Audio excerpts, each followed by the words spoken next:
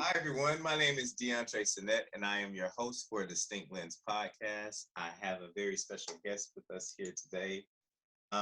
Actually, before I introduce her, I want to let everybody know this is my first time actually doing a Zoom recording for a podcast. So please bear with me, be patient, and if I look a bit awkward, that's the reason why. And I see Ms. Richardson is laughing at that. My guest today, her name is Alicia Richardson. Did I pronounce it correctly? So it's Alicia Richardson. Alicia Yes. Richardson. Yeah. Okay, Alicia. That's a pretty name. Thank you. You're welcome. So you're 28. You're a talent partner specializing in DEI strategy. Mm-hmm. You're from Croydon, which I think is like an outskirt of London, right? I mean, Croydon could be considered to be South London, so yeah, Okay. just say South London. Okay, South London. Yeah. And you have a Jamaican background. Yeah. Okay. Interesting. So first question, what is DEI strategy? So DEI stands for diversity, equality, or some people would use that as equity and inclusion. So that's what it stands for. Yeah. What do you think it stood for? I figured it was diversity, and I figured it was inclusion. I was just unclear about the E. The E, yeah. A lot of people get thrown off by that, but yeah. Okay, so how long have you been doing that? So officially, I would say I've only been in DEI for about maybe a year and 4 months officially. Prior to that, my roles were solely focused on talent acquisition and strategies and retaining talent and so forth, but not really to do with the DEI. Okay, and well, I'm gonna ask a lot more follow-up questions, but first, I want to also touch on you have a few other businesses going on as well. Could you share with us like what else you have going on? Yeah, so I guess on the side, my downtime is me being a lash tech. I do ladies' lashes. I've been doing it for about 2 years now. Just for those who don't know, and they're probably thinking, what does the lash tech do? Effectively, Yeah, like somebody like me who has no idea. Effectively, what I do is apply false lashes onto other ladies' lashes, but the technique is putting one lash on each lash, effectively, so it looks natural, like my lashes. As you How do you do that? know. Like put one lash on a.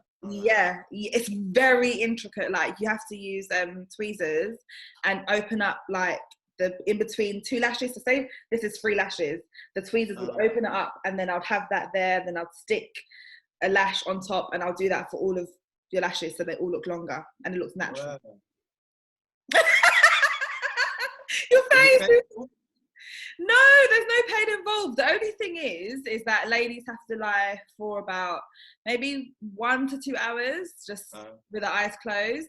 But that's something that I did initially just to make a bit of extra cash, because I get my lashes done. What I used to, now I do my own. But yeah, so but beforehand, I noticed that it was so hard to get an appointment with lash techs, and I was like, if they're so busy, they must be making money. It's a no-brainer. There's a high demand for it. And I remember sometimes it will take me weeks to find one lash tech because everyone's so busy. So I said, I need to be busy too. I need to be making some of this money too. And the incredible thing about the lash tech industry is that all the girls are really, really sharing with knowledge. So when I just used to DM girls and say, what's the best glue you use? Who's the best provider, like for supplies? What course did you go on? I asked every question to strange girls online, strangers, not strange girls. And they were all willingly happy to help. And actually, there's a couple of lash techs that I've never met before. We pass each other customers. So like if I can't do an appointment, I'll say, do you know what, there's this lady that probably can, and we'll pass each other customers, and it's a great community. So besides yeah, exactly. So besides doing lashes, it's a really great way to connect with some great women. When I do the lashes, it's my downtime, it's therapy. The ladies talk about any and everything. I've cried in sessions. We've done so much. I know we talk so much in sessions. So yeah, that's one of my side hustles. Okay. And so you sound like you're a hoe. lash tech and counselor at the same time. Okay. I'm a therapist as well as a lash tech, because I literally have conversations with girls there and then, and it doesn't leave that room. We just leave that there, and Okay. and and then we don't talk for maybe 2-3 weeks, and then when we come back we pick it back up. So yeah, I'm a free therapist. I should be charging more Okay. for my Okay. services. And then what else do you have going on? So I also do career coaching by default on the side. Now, I never really wanted to aspire to be a career coach, only because it takes up a lot of time.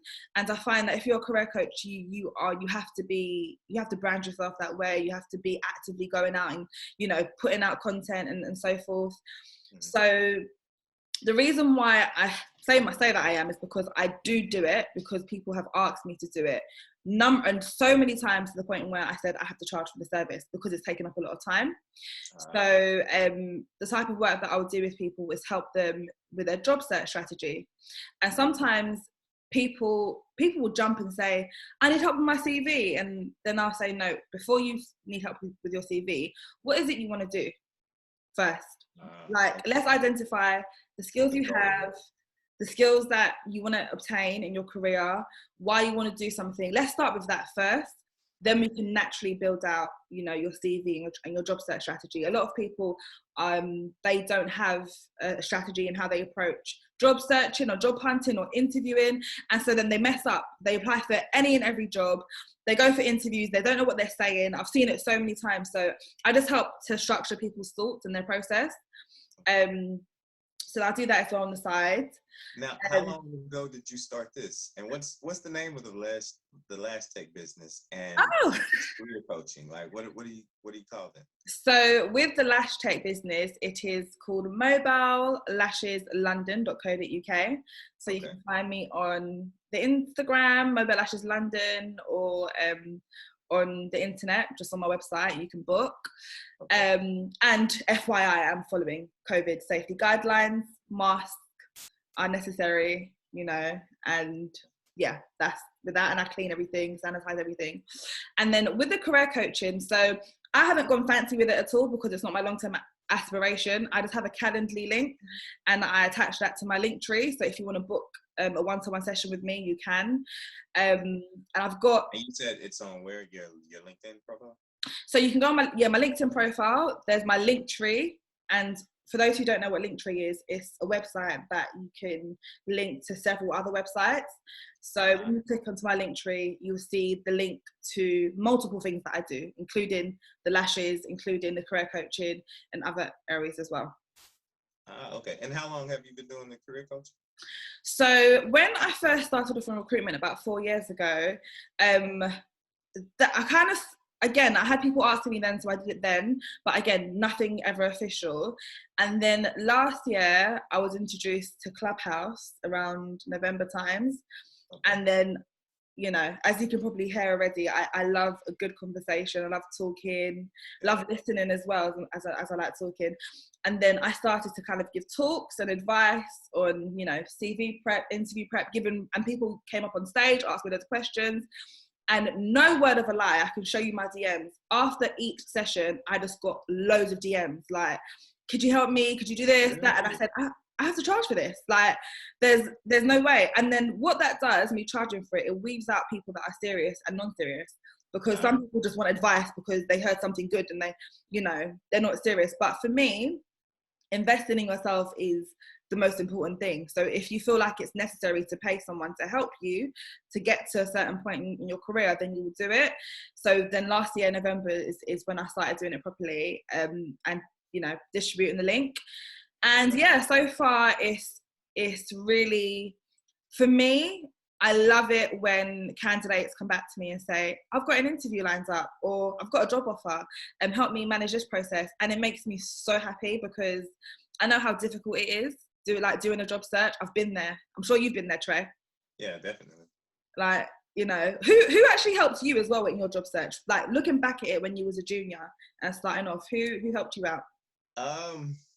It was a process that I went by. I want to say trial and error. Like, I didn't really have a go-to person because I didn't necessarily have that type of career trajectory earlier on. Like I was teaching for years, and then I was teaching in a place called Beaumont, Texas, and then I moved back to Fort Worth, where I'm from, and I completely switched careers, industries. Like I went from teaching education to supply chain and operations and logistics, which was totally different.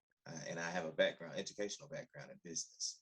So I didn't really have a person to go to say, hey, how do I navigate this? So it was a lot of trial and error on my part. What I had learned, though, up to that point was that it was super important to have a LinkedIn profile, be visible there, interact with other people, and then also to have an up-to-date resume that would highlight key accomplishments and the value that you brought in the past that you could potentially bring to an organization. So, I would say those were the key things that I learned in my own trial and error, and then refining that over time and making sure that every time I moved to a different position, or every time I had gained new skills or experience, it was reflected accurately and in the best possible way on both the CV and the LinkedIn profile. So yeah, I didn't have like a blueprint to it. Now, if I look back on it, I could probably write one, but I didn't have somebody to go to. So I think what you're doing is great. I think a lot of people need that guidance, that structure, because it'll make it a lot less daunting. Because I remember when I first started out, and I was just trying to get my first management job. And it was like, well, a lot of them were saying you need X amount of years of experience. And well, I'm like, I don't have the experience. I have the education, but how am I supposed to get the opportunity if you want the experience, but I don't have the experience, but I need the opportunity? Ultimately, it ended up working out because of my network. It was people that I knew that actually felt in a professional sense, in a personal sense. They said, hey, this guy, he's consistent. He executes. We've seen him do similar things in the past, and I've given him multiple responsibilities that he's, followed through on.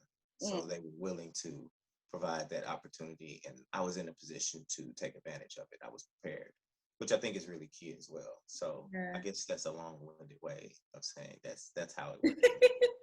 But do you know what? It's so good that you mentioned the thing about the networking thing, because one of the key things that I advise people to do, and I help them with it, is creating networks and how to go about that. So joining particular communities and connecting with certain individuals. Not being afraid to ask strangers for help. I mean, I have a friend that's quite shy, and I said to them that I'm going to try to help them find a job. And they was like, how? You work in a completely different industry. Like, how are you going to do that? I said, I'm going to message people in your industry and say, look, I know someone looking. Do you mind if I can send over their CV? And I've had an overwhelming amount of responses. Yeah, sure. Send me their CV, just by asking strangers. And when one thing people forget to do is to just be your true, authentic self. And people will receive that better than you trying to construct a long, well-written cover letter. Me, as someone that hires people, I admire it when people are very down to earth in their approach, because I sense that they've thought about what I do, they've thought about what they do, and they've made a connection, instead of just kind of blasting out a long, well-polished message that doesn't make any sense. It's just a bunch of words, so just being straight to the point. Literally, when I've done the reach outs this week for my friend, I just said, look, I've seen that you hire for these type of roles. My friend does these type of roles in these industries similarly to you. Can I connect you both? Yeah, it makes sense. My approach was polite. I'm asking, I'm helping them too. I'm helping their job. They don't have to look for more candidates. And it's a really clear ask. Yeah. There's nothing left for interpretation or confusion. I like that. Yeah. Hold on. So I want to change gears a bit. This podcast is about sharing the experiences of the Black diaspora, for the purposes of us leveling up in terms of financial literacy, because I believe in our communities, disenfranchised communities specifically, like we need to start practice group economics a bit more. But I wanted to ask, like, what your life was like growing up. Like, did you grow up in London? Did you grow up? I know you said you have Jamaican roots. Did you spend some time there? Like, what was that period of your life like? So growing up, wow. So I grew up as a Seventh Day Adventist, and it's Okay. not a commonly known thing. Do you know what Seventh Day Adventist is? Um, I believe the extent of my knowledge, and I might be wrong with Seventh Day Adventist. You guys go to church on Saturdays? Yes, we do. Yeah, that's about as much as I Basic. know. So if you could give me a little summary, that would be good. Cool. So growing up in a Seventh Day Adventist household, and by the way, being Seventh Day Adventist is a common thing in Caribbean culture, especially Jamaicans. If you go to Jamaica, most people are familiar with it or are Seventh Day Adventists. The rules are, I mean, the main ones that you probably want to care about is like, women can't wear trousers to church. Like that's a no-no, or casual wear really. You're not supposed to wear jewelry or have any piercings or tattoos. Like a no-go. Of course, the typical dating was very frowned upon. There wasn't any real conversations about sex before marriage. The conversation was don't do it. When in hindsight, it's really, really silly advice, in my opinion, because it's not realistic. And the best thing to do is to have a conversation about how to manage it, or even the why behind why it's not advisable. But just to say no is, crazy. So they're really strict. And also growing up, when I used to go to church, or the Sabbath was considered Friday night. Sorry. And was it you and your mom and dad and your siblings, or like? Oh yeah. So it's me, yeah, mummy, daddy. Daddy was born in Jamaica. Mummy was born here, but her parents are Jamaican, and I have 3 younger sisters. So I was the eldest out of 4 girls. Okay. Right. So yeah. So growing up, it was quite strict, to be honest. Like I wasn't really allowed to go out on Friday night, because that's the Sabbath. And then I was really at church until Saturday nights, because that was a Sabbath as well, the whole day. And so going to like birthday parties, like just going out and having fun wasn't really something that I was really allowed to do growing up. Yeah, I had friends, but again, there was restrictions with this. Like in the week, I had to be home by a certain time. There'll be times when my dad will confiscate my phone, and he will basically talk on the voicemail. I never forget one time I came into school and my friends were like, Alicia, what happened to you? I was like, yeah, guys, my dad took my phone. And then they played the voicemail in front of me, and everyone was just busting out laughing, because it was my dad saying, hello, this is Alicia's father, and she is grounded for now. So if you need to reach her, you need to call her on the house. I was like, no, that's what he put on the voicemail? He put that on the voicemail. Yeah, and everyone was just like, up to this day, if you ask my friends from school, they will just laugh about it, because it was embarrassing. It was so embarrassing. So I think because of my restrictions, and bear in mind, what I will say is that I grew up very comfortable. My parents did very well for themselves. What did they do for a living? So now my parents own a security company. It's a global, not global, sorry, a national security company. So my dad just provides security had different contracts for construction sites, and that's what my mum hasn't had to really work for the past 20 years, because she's my dad's that's completely taking care of us as a family. And of course she has a part to play in that. She helps with the admin, the invoicing. In fact, she does all the work, actually. And my dad goes to Jamaica several times a year and comes back home. And yeah, so he's living his best life. But they've given us a really comfortable upbringing, and it's just got better over the years. Like, I went to private and primary school. Really? Yeah, my younger sister, she goes to a grammar school at the moment, or grammar college or whatever. So how old is your youngest sister? Like, what are the age range? So I'm 28. Simone is 24, turning 25 in May. Shantae is 19. Maya's 17, going on 18. So, okay. Yeah, a nice age range.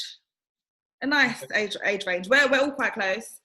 As a family in general as well. But effectively, Trey, to keep long story short, because of my upbringing, the minute I was able to let loose, I let loose. I was like... Now, so question, when did you hit that age? Like, when was the let loose age?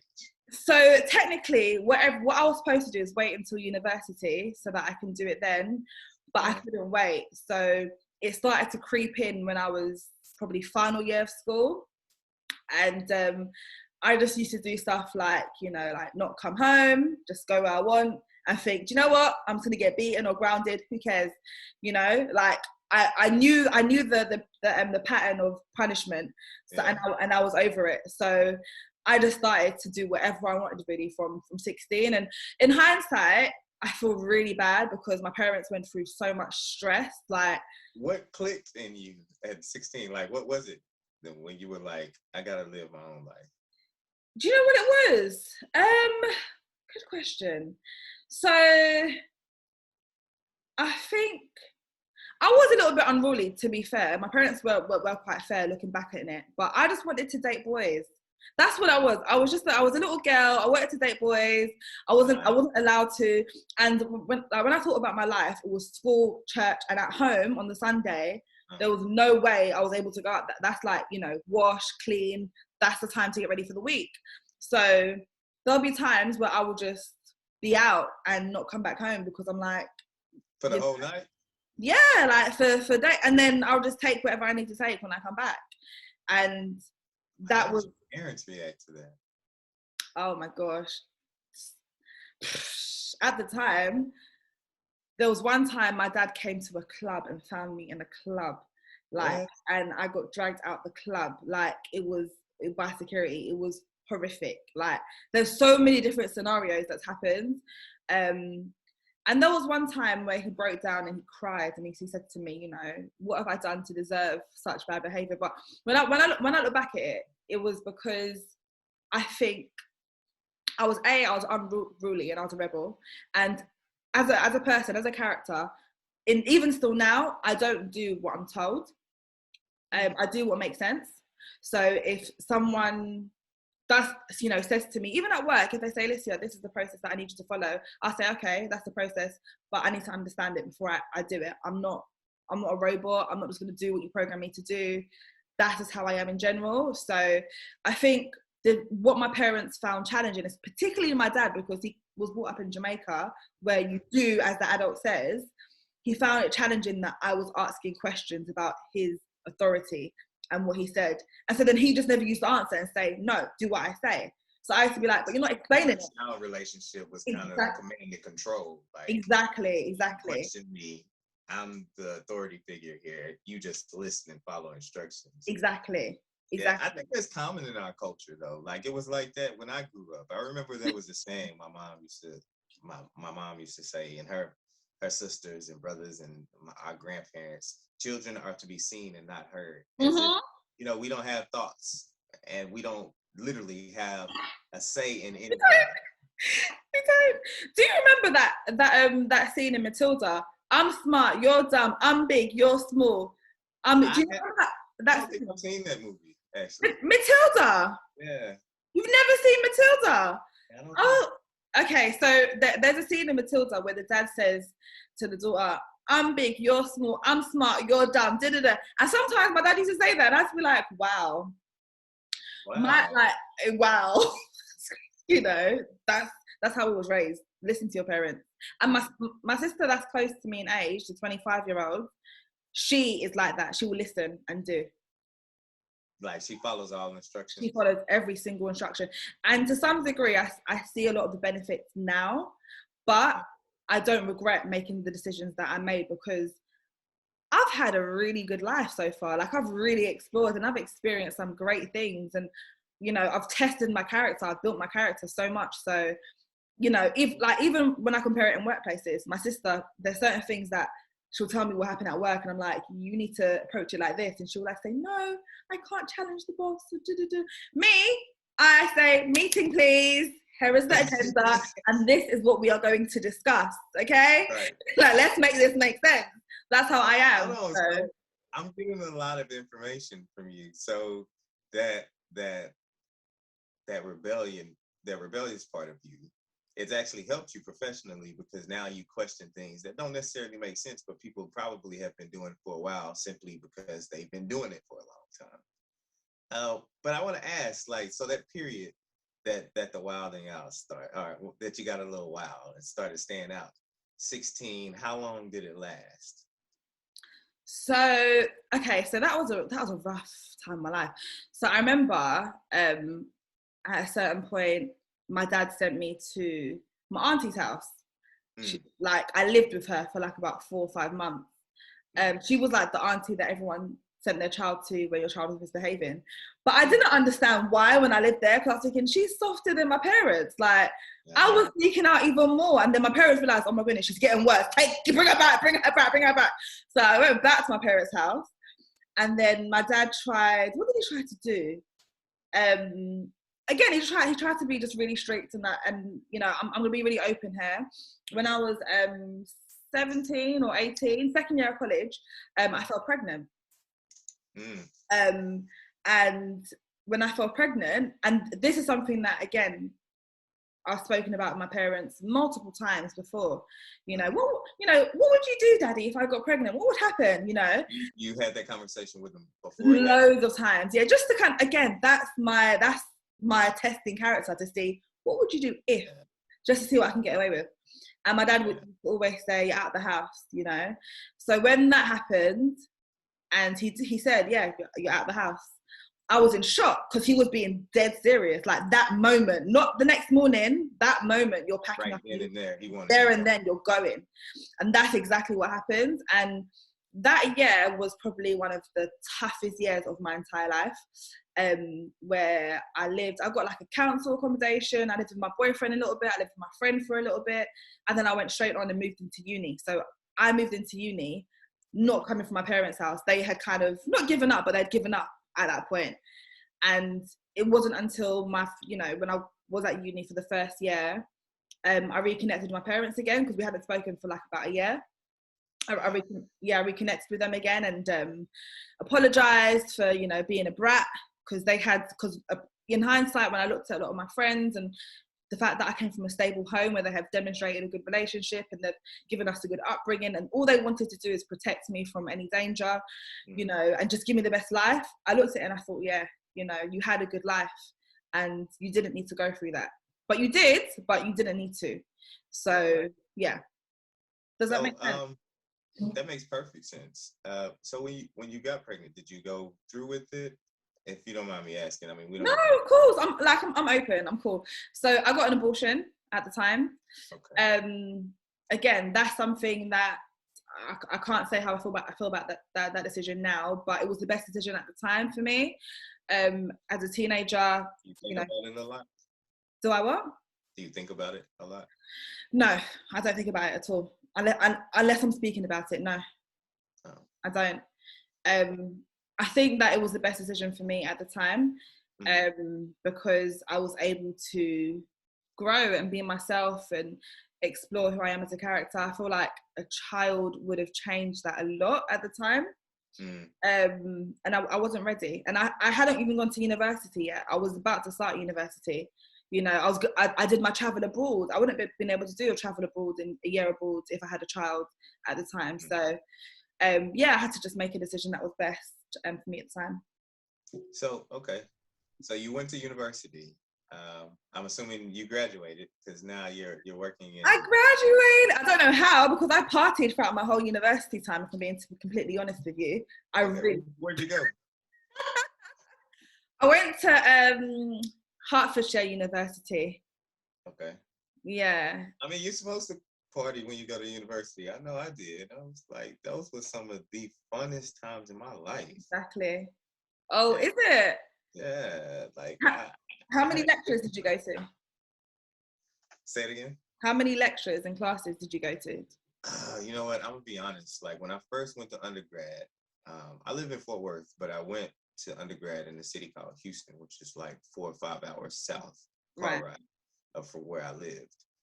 And so I got there. I always excelled academically, so I didn't necessarily need to go to class every day. This is what I was telling myself. So I would go to class on test review days and then on test days in undergrad, like those first 4 years. And I passed, but the grades were not great. Like, they were nowhere what they should have been for someone who really, had an aptitude for learning and an appetite for learning. But it was like, once I moved out of my parents' house, I mean, my upbringing was similar to yours. My parents were very disciplined and structured. My dad, he was a preacher. My mom, she was an educator. You know, she was a daycare school teacher. And so there were certain values that were instilled in us and morals that we were expected to live by while we were living in our parents' homes. And so when I moved out, I was like, well, you know, I was exposed to a completely different world. Like even in our house, I thought about it when I became a teenager, because I moved when I was like 17. We didn't even listen to secular music. Same. Yeah, so a lot of the music that my peers had heard over the years, I was just being introduced to, you know, and that just opened up a whole new world in and of itself. And then just meeting different people from different walks in life, you know, people who had done different things. Now, don't get me wrong, I grew up in a neighborhood that had a lot of different personality types, I'll say. You know, we had a very strong gang culture where I grew up. In some neighborhoods, you know, it was drug infested. You know, there were a lot of single mothers. You know, it just, a lot of it wasn't ideal, but it wasn't all bad.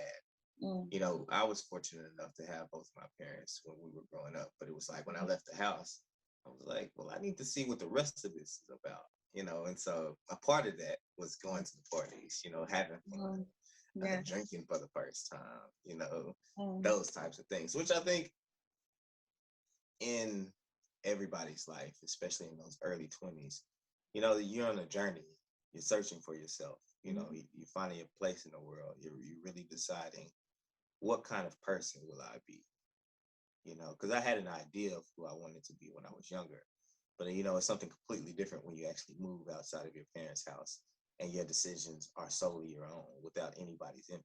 Yeah, you might have to answer for it later on, but ultimately you now are responsible for any decisions and the consequences that come with it. Yeah. So what did you go to uni for? And then after you left uni, what did you do? Like, what was your degree in? So I went to uni initially. I went to uni initially for international business with Espanol, but I got kicked out of the Spanish class of the course actually, because like you, I partied and I didn't go to any classes. Now, like again, like exactly like what you said, I went to the pre-test classes to be like, what's going to be covered? Great, fantastic. Let's you know, and I went to the exam. But with Spanish, no. You had to go to 75% of the classes in the year in order to even pass. So when I went to the exam, so attendance was a part of attendance was a part of it, and I didn't know that. And you know, when there's nothing you can do, and I stood there, I was like, oh my gosh, there's nothing I can do right now. Like, there's nothing, because I can't go to the classes that are just gone now. So I remember being in the test. I'm really dramatic, and I really, you know, I don't really think things through sometimes. So at the time when the exam was happening, and the teacher was like, sorry, you can't take the test. I said, no, but just let me take it. She was like, there's no point, you failed already. I said, no, but how have I failed? And I haven't taken the test. I was going back and forth. And then I said, you know what, bye Spanish. So in short, I did international business and by itself. And I did a study year abroad in San Jose, where I worked for a year. And also I studied there for a year as well. So that was San Jose State University. Okay, in the States? Yeah. In California. Okay, in California, right? Yeah. I lived there. Just making sure I have it correct. Okay, what was that experience like? It was, oh my gosh, there's so many angles on that experience. It was overall very life-changing. I hate to sound cliche, but it was very life-changing. It really taught me so much about myself. I would encourage anybody out there to, if you can't study by yourself or work abroad by yourself, at least travel by yourself for, you know, as long as you possibly can, you know, because one thing I found is that I was making more decisions in San Jose for me, and because I didn't have any friends around me to really say, oh, let's do this, that. And of course I met people, but I was still very independent and very like, no, this is what I want to do. This is what I feel like doing. And I also, you know, your peer group does definitely create sort of a groupthink after a while, especially if you Mm-hmm. guys have been tied to each other for years. And Mm-hmm. that influence is something that's undeniable. I agree with you on that. Yeah. Yeah, I agree. Like all of a sudden you like these TV shows, you like this music, but why do you like it? It's because that's what's been around you with your friends, and that's what you've grown to like. And even the other day, really random, I was telling one of my close friends I've had for years that I want to go to like a house festival. She was like, house? Since when have you liked house? I was like, I've been exploring other genres apart from dancehall and soca, And she's like, since when? I said, no, it's not what you like, but it's something that I've been exploring and I'm enjoying it. I love Afro house now. So for those of our listeners and some of the people that are watching, could you tell us what house music is? Oh. No, yeah. So there's different types of house, okay? So we have something called funky. So house in general, actually, as a genre, how would you describe it? How would I describe it? It's upbeat, it's lively, it's summery. It really influences your mood, 100%. So now, is it like dance music? Is it vibe music? Like, yeah, you can dance to it, you can vibe to it, you can chill to it. It depends on what type of house. So have you not listened to house before, Trey? I don't think so. Not knowingly. I can't say that I've turned on and be like, yeah, I'm gonna listen to some house music. I haven't. But Really? when I listen to Spotify, it plays different artists. Some artists are from the UK, but I don't know if it will be classified or categorized as house music. So I can't say yes. I'm going to send you a playlist, or I'm going to send you a mix, because mixes are easier. There's a particular mix that I listen to. There's two. There's one that's Afro House. It's great. It's wonderful for working to or vibing to. There's another one that's like a workout mix. So it's that's like, what I was just about to say. Do you have a good workout mix? I've got a workout one, and it's so good because the DJs on there are like, come on, another set, let's go, come on, and you're like, you're doing your workout, and we're getting motivated. So yeah, I'll send it to you, and if you want, you can, I don't know, add it as a link to the podcast so anyone listening out there could join in. Okay, cool. What? Yeah, send that over. I think people would love that. What music are you typically into? It depends on my mood. Like, so if I'm working out, I'm usually listening to a lot of rap. If I'm taking like a long walk, I'll probably listen to like some soulful R&B. Ooh. If I'm relaxing and I'm being a bit reflective, I might listen to some jazz. If I'm studying or writing, I might have a little classical playing in the background. Okay. If I get up early in the morning and I'm cleaning, I might have some gospel music on. Ooh, we like some church up in the mornings. I grew up with that influence, from my mom and my dad. So, and some of the music is like really good. I enjoy it, and not just the music, but the message also. I'll listen to my cousin. He makes music, so sometimes when I'm cleaning up, I'll put his music on and listen to that. So it all depends, the mood, what I'm doing at the time. It's a range of it. Oh, and I did start listening to what is that other kind of music called here? It's not drill, it's not house, it's something else. Trap? Oh, Afrobeats. Afrobeat. Yeah. So what about dancehall and reggae? I was listening to reggae back in the States. Dance hall, not so much, because I'm not a big dancer. You get a two-step out of me. And I'm gonna groove, snap my fingers. That's gonna be the extent of it for me. You know what I mean? Yeah, I get you. I like the fact that you're very eclectic. Like myself, actually, I do like different types of music. But just on the point of gospel, can you confirm that gospel singers are the best singers or not?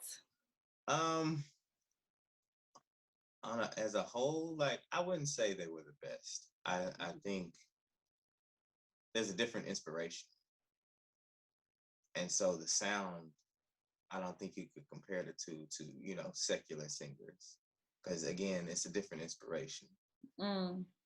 If we were just going solely on technical vocals, I don't know. It would be hard for me to say. Really? Yes. Yeah, that would be. No, There's some really good secular singers too. But where do they come from? Most time it's from the church. Say it again. Most time it's from the church. You know what? Their background, a lot of them started in the church. You're right. Yeah. You know what? I haven't given it that much thought. You might be right. So I want to catch back up to where we were. So you graduated with your international business degree. How did you get into? You said you became a talent acquisition recruiter, and then now you're in the diversity space. Like, how did you first get into talent acquisition? And I'm assuming that's like HR, right? Human resources. They work hand in hand, but not HR.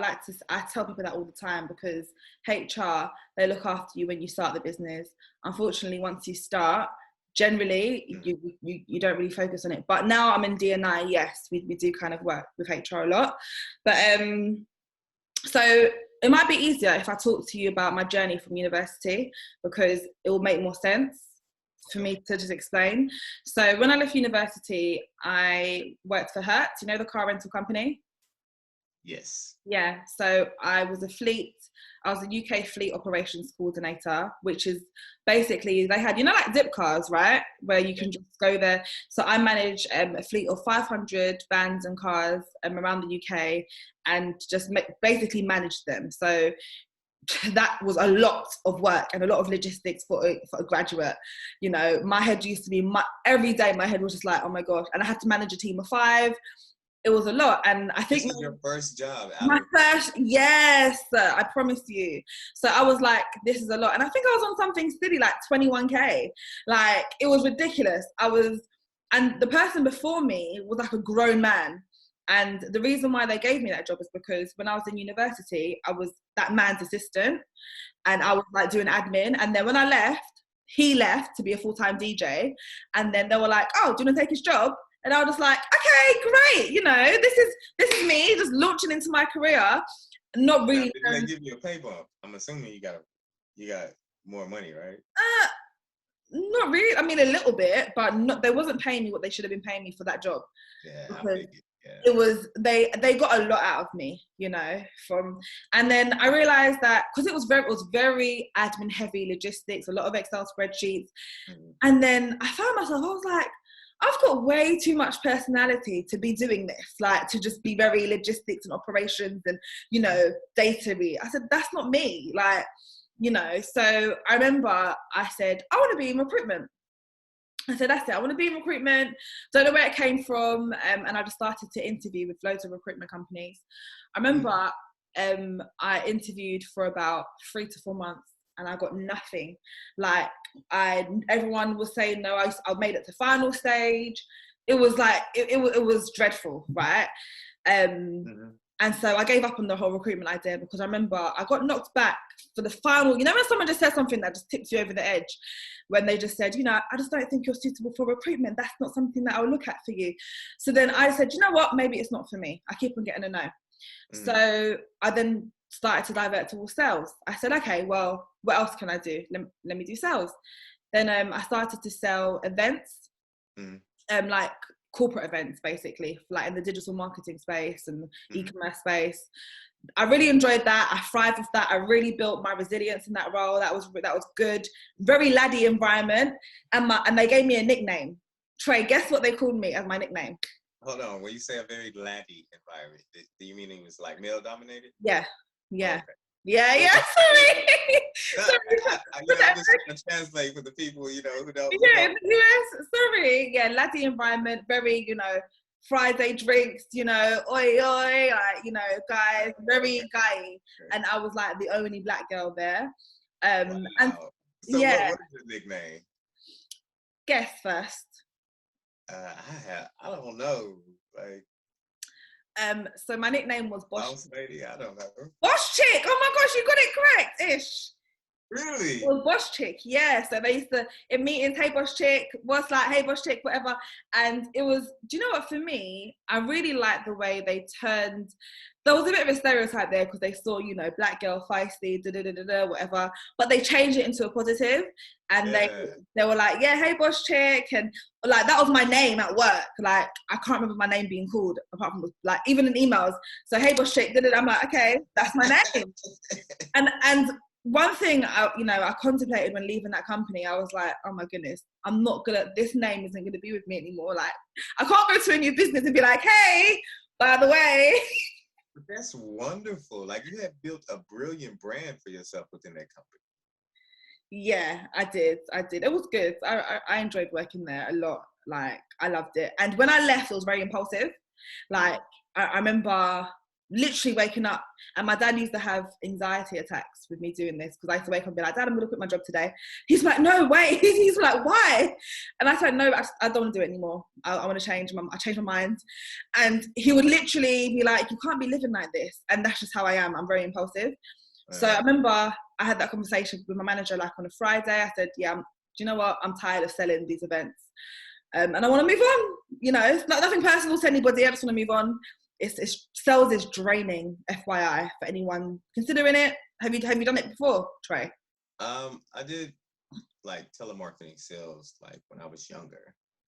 I don't know if that would translate to the same as what you were doing, but essentially I was doing like insurance. And so selling insurance policies. And yeah, it requires a lot of, you're required to be very much an extrovert, which by nature I'm not. A lot of people, they meet me, they assume I am because I can hold a halfway decent conversation. But naturally, I like books. I like being around myself. I enjoy spending time with myself. So that's something outside of my comfort zone that I've learned to grow into. So yes, I understand what you mean. Yeah. Well, yeah, it was difficult and it took a lot of energy. And then I said, yeah, I want to move company. So I then went to a recruitment company and for them to obviously get me a job. And I don't know if you've met with recruiters before, but sometimes working with recruiters back in the day, pre-COVID, they would say, let's meet face to face. And it wasn't necessarily for a job. It was just for them to meet you before they put you forward to any client. Yeah.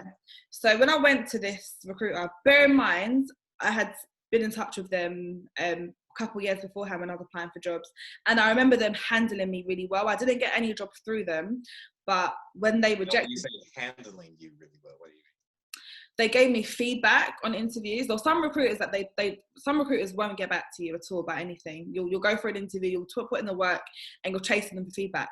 And because you didn't get the job as a recruiter, you're just on hunt mode. I need to get someone that's going to get me the money. So they handled me with care. They'll give me thoughtful feedback. They gave me hope. They gave me reassurance. So I remembered them as an agency, Aspire Recruitment Agency. That's who it was. And I said, when I'm looking for a job again, I'm going to get back in touch with them, which I did. I remembered the person's name and everything that I dealt with. So when I went with them to interview or to meet them, they said, why don't you work here? So I said, oh, what, internally as a recruiter, the same job that I was being rejected for years ago. That was like, yeah, we think that you built up the skills. And in hindsight, it was me working in sales that probably had shaped my skill sets and how I approach conversations and, so forth. So I was like, that was probably a good move. So then, so I ended up working internally there. There wasn't necessarily a position for me, but they created one where I had to basically build up my desk from scratch, which means build up my clients and candidates from scratch. Which in hindsight, again, I could have done that for myself and I would have been a millionaire probably by now if I'd done that for myself. So that's how I got into recruitment. But it sounds like you got $1 million worth of knowledge and experience from the role. Kind of. Which is really good. Yeah, kind of. But hope that answers the question. Then and then after agency side recruitment, I moved to another business, stayed there for 6 months, went through hell in regards to D&I. And after that role, I said, I am going to now specialize in D&I because I don't want anybody else experiencing anything close to what I've experienced. And talent acquisition goes hand in hand with D&I, actually, in hindsight. So that's when I moved to Hidden Talent Consultancy. Yeah, and I've been. That's who you're with currently. Yeah. Talent Consultancy. Yeah. Okay. What is your passion behind D&I? I know you mentioned something, but I think in our initial conversation you were talking about a negative experience you had, and then you just mentioned you didn't want that to happen to somebody else. Could you elaborate on that? Yeah. So when I worked in the business, if you go into my, I don't like to really name names, but if you go into my LinkedIn profile, the place I was at before Hidden, that will tell you. Effectively. How do we find you on LinkedIn? Oh, my name is Alicia Richardson. It's a picture of my face smiling. I am trying to think how you'd find me on LinkedIn. So you could just put your name in the search bar, then, right? Put my name in the search bar. Hopefully, I'll come up. Okay. Otherwise, yeah, email me alicia@hidden.io, and then I can send you a link if you really want to connect. I'm fine with that. But yeah, so in that workplace, the trend was I went above and beyond my role, above and beyond continuously, and there was several incidences where my work was either being overlooked, extremely scrutinized. I was being labeled as aggressive, sometimes just by responding to an email. There was way too many fingers being pointed at me. The CEO, would kind of come to us as a group of Black people sometimes and say, you guys, it doesn't look good if you guys are all together. You need to separate. You look like a gang together. Wait a minute. So this is a group of Black people, and the CEO is what? He's white. Yeah, he's white. And it doesn't look good for you guys to be grouped together. Why? Yeah. Exactly. And we all asked that question. He said it just doesn't look good. It looks a bit gangy, and you guys need to separate. And yeah, exactly. So there wasn't a real reason. Is he just said, look good? No. There was so many microaggressions in that workplace. That's a whole nother podcast. If I go through every single situation, that's a whole nother podcast. But effectively, I experienced mass amount of microaggression to the point where I'm generally quite a confident character, but it broke me. I remember crying down the phone to my mum and saying, "Mum, I cannot go in there again. I cannot take another day of this. I'm gonna lose it. Like mentally, I'm weak. I'm losing desire to work for them and do my job, and I don't want to lose myself in the situation. And I'm living by myself, and I was thinking if I quit my job now, I don't know how long it's going to take, to get another job. But I have a faith, I have faith in God. I've got faith in me as an individual, and I remember I quit my job. But before, actually, the same day I quit it, I sent a message to my now founder. I sent a message to him saying, "I love your ethos, your values. I want to come and work for you." He spoke to me the same day. This next day, I spoke to his colleague. Basically, within like a week, I was hired. And this was you reaching out cold. Me reaching out cold. There was no about the company. Yeah, there was no job advert online. I just pitched myself and said, "This is what I want to do for your business. This is where I see myself adding value." And they took that on board, gave me the money I was asking for, and yeah, like it was from there. It's been really smooth sailing. And one thing that they've allowed me to do, which is incredible, is they said you can do whatever you want with your clients, like have whatever impact you need to make. So I'm making changes, in regards to how, wording and job descriptions, to policies, to training on unconscious bias and stuff like that. So yeah, I'm having such a bigger impact in my job now. That is wonderful. And you said you started with this company about 4 years ago, right? So I started in recruitment 4 years ago. Yeah. How long have you been with Hidden? I've been with Hidden since January last year. And I left that other job December last year. So it was perfect timing before COVID, before this whole pandemic. Because imagine I didn't find anything and it went in March. That would have been just a nightmare. Yeah, definitely. So I'm just thinking about what we talked about earlier about, your professional role now. And then you also have your other side, your other businesses going on as a lash tech. and also your career coaching. So obviously, having multiple streams of income is important to you. Mm-hmm. So I wanted to ask, like, you said you went to private school and I think some public school. Uh, were you prepared, like in the education system, you think, to handle money, manage Not at all. finances? Not Is at all. that something that was discussed, like, in the household with your parents? Yeah, my dad was always like, from a young age, he used to say, Alicia, make sure you save your money. Make sure you save. And I used to be like, honestly, I took zero advice growing up. Zero. So you didn't save anything? Didn't say, like, growing up, no. This is going to sound crazy to everyone. I started saving when I left home, which doesn't make any sense. It makes sense to me. Like, I started saving, I want to say, like, in my late 20s. Yeah. I was not managing my finances properly. Yeah, nor was I. I got into huge debt as well, like over nothing, just taking out credit cards, spending it. Thank God I've paid all of it off, and I worked towards that. And it's okay, like, I'm actually fine with having gone through that experience, because I feel like I'm extra vigilant and I'm a bit more of a risk taker when it comes to, like, investing and stuff like that as well now, because I'm not afraid to lose money either, because I've been at a point where I've had nothing, so now, because I know how to manage it a bit better, then I feel much more comfortable making certain investments or taking certain plunges. I feel confident, whereas I feel like my sister, for example, she's a brilliant saver, but I think in saying that, she's deprived herself a little bit in life, a little bit. She won't spend, like, on a holiday, she'll spend £100 in a week, and that's her budget. Like, she's very, very tight, and I think you can't truly enjoy yourself if you don't have moments where you just spoil yourself, if that makes sense. I mean, that's the purpose of working hard. Like, you can't take this with you. Yeah, you can pass it on, generational wealth, but it's also meant for enjoyment while you're here. So yeah, I get it. Mm-hmm. You just made me think about something else too, though. Like, so your dad, obviously, he was telling you to save. You didn't start saving until later.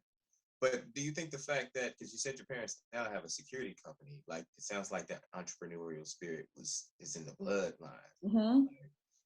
Do you think you were inspired by your parents to start your own businesses? Well, somewhere else, like that? Well, yes, and also to have multiple streams of income, because in addition to the career coach and Lash Tech, I also manage an influencer called Bami Kateye, and managing her comes with so much responsibility but benefits as well. That's another. Can you repeat that? It kind of cut out on mine. Oh, sorry. I'm also managing an influencer called Bami Kateye, who's so she specializes in kind of dance and female empowerment. But I, manage her collaborations, so corporate bookings, clients, PR, and all of that. So again, I get paid from that too. Okay. So, what my parents have taught me is it's important to be a good person, because my dad talked me through the opportunities that he was given in life. So he used to have a restaurant. He can cook really good. He had a restaurant at one point in his life. Then went on to get to a security company. But what I learned is that when you're a good person and people can trust you, opportunities will come your way that you're not even, like, sometimes you don't even plan for that opportunity.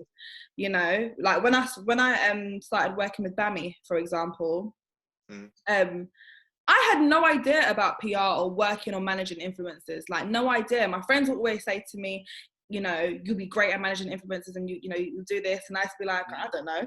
But over the years, before I even started working with Bami, I used to attend to dance classes.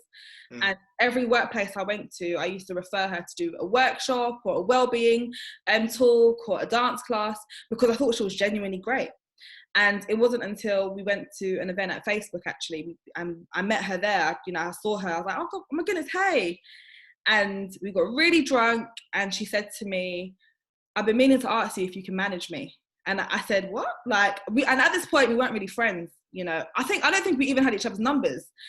I just used to refer her all the time for business. And she said, you've got me so much business and you referred me, like, with your free spirit, I think if you was to work with me properly, you can do so much more.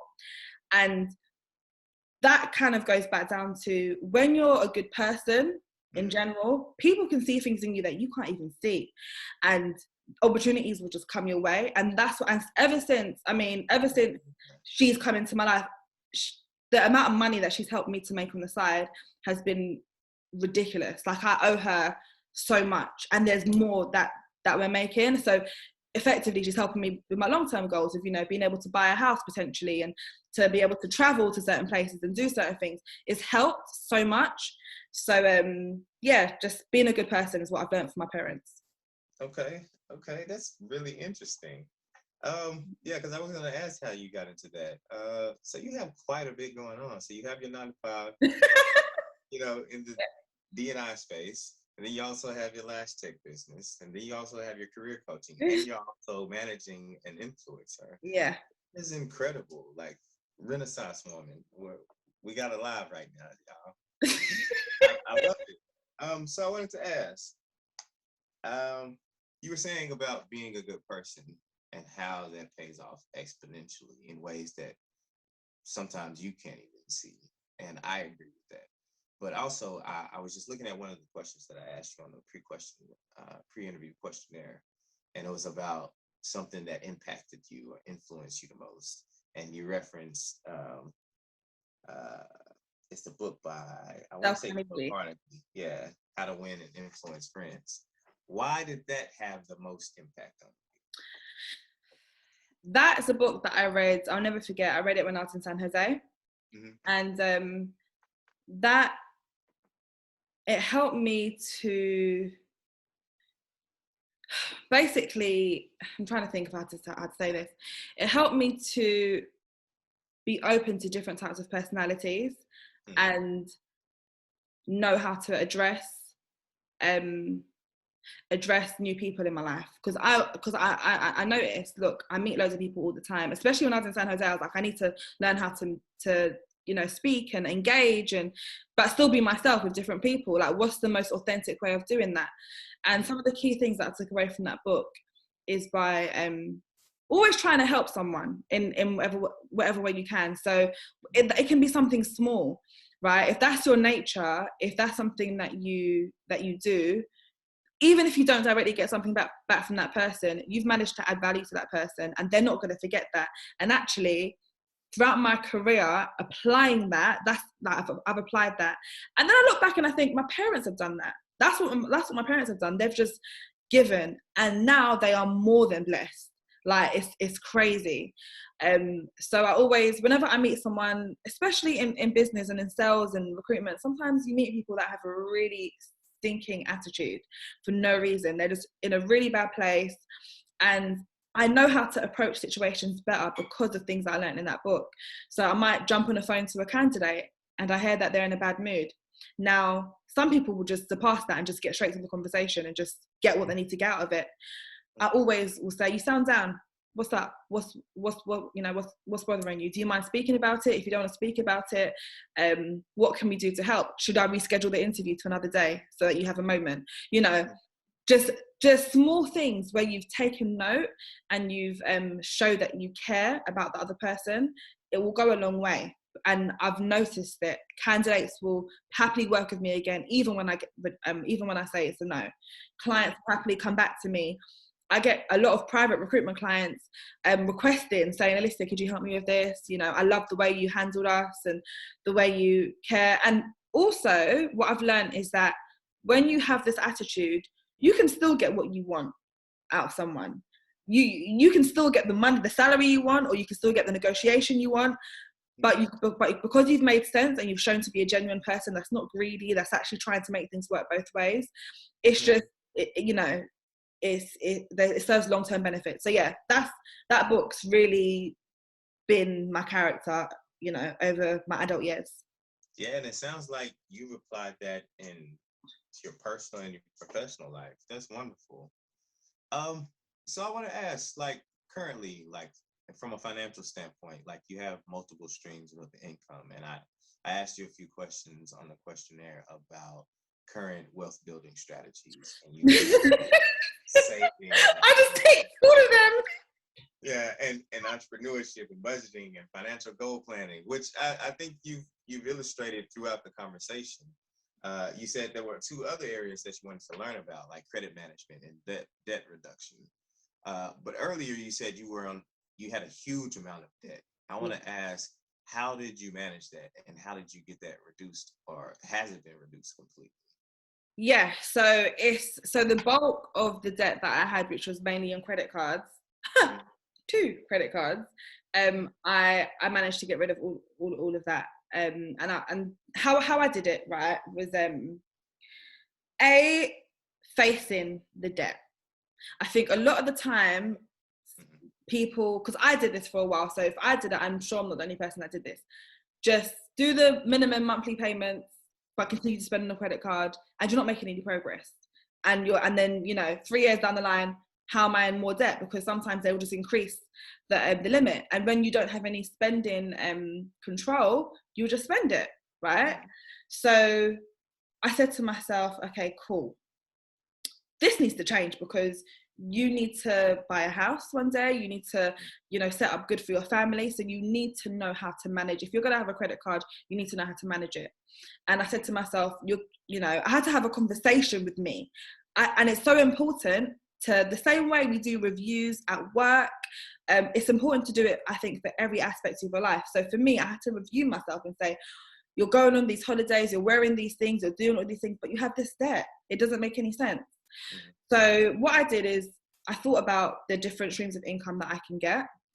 Another thing that I do is I rent my car out as well. And you have to not be embarrassed to do anything as well to make extra money. Like, just think, be humble. It can be 8 things you're doing, or 2 things, whatever it is that you're doing. Strategize and say, how much can I realistically make at a minimum from this money? And that's what I did. I planned how much I can make, what I'm going to have to cut back on savings as well. And then I just done a timeline and said, okay, I'm going to probably pay this off by this time.